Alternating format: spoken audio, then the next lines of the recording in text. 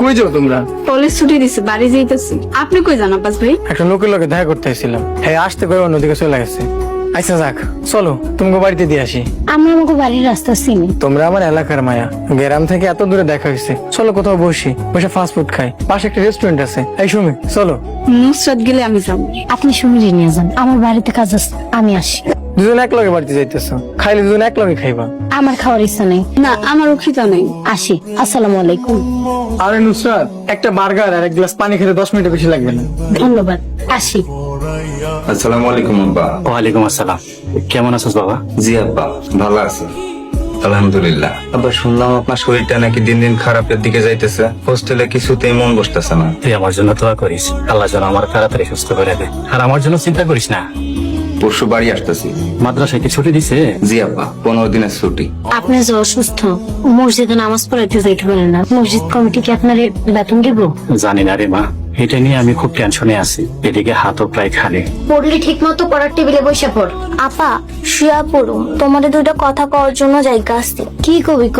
তুমি কি তাহাজ্জুদের নামাজের জন্য দাঁড়াইবা? চাইলে তুইও আমার সাথে তাহাজ্জুদের নামাজে দাঁড়াতে পারিস। খুব ক্লান্ত লাগতেছে। আব্বা যদি মসজিদে না যাইতে পারে তাহলে আমাদের সংসার কেমনে চলবো? ইনশাল্লাহ আল্লাহ একটা ব্যবস্থা করে দিব। তোর এত কিছু নিয়ে চিন্তা করার দরকার নেই। চিন্তা তো করতে চাই না, কিন্তু চিন্তা অটোমেটিকলি মাথায় কিলবিল করে। তোর এত কিছু নিয়ে চিন্তা করার দরকার নেই, তুই পড়াশোনার দিকে ফোকাস কর। আর তোর মাথায় এসব চিন্তা কে ঢুকায়? আম্মায় দেখ নিগার, বেশি পাকনামি করিস না, এত বোঝা কিন্তু ভালো না। আপা পাকনামি করতেছি না, কলেজে 2 মাসের বেতন এখনো বাকি রইছে। আজও স্যার ক্লাসে সবার সামনে জিজ্ঞেস করছে। ক্লাসে সবার সামনে মাথা নিচু করে মিথ্যা কথা বলতে ভালো লাগে না আপা। আপনিও লগে চলেন, আপনি লগে থাকলে বুকে সাহস পাই। আব্বা ছিল মাদবর বাড়ির পোলা, তোর তো সাহস কম না? ভাই আমি তো খারাপ কম করা ছেড়ে দিছি, এর একটা বিশেষ উদ্দেশ্যে কামটা করতেছি। দেওয়ালে পিঠ ঠেকে গেছি, উপায় নাই। নিশ্চয়ই মহৎ উদ্দেশ্য। আব্বাস ভাই, মহৎ উদ্দেশ্যটা কি জানতে পারি? পকেট ফাঁকা, 2 প্রতিশোধ।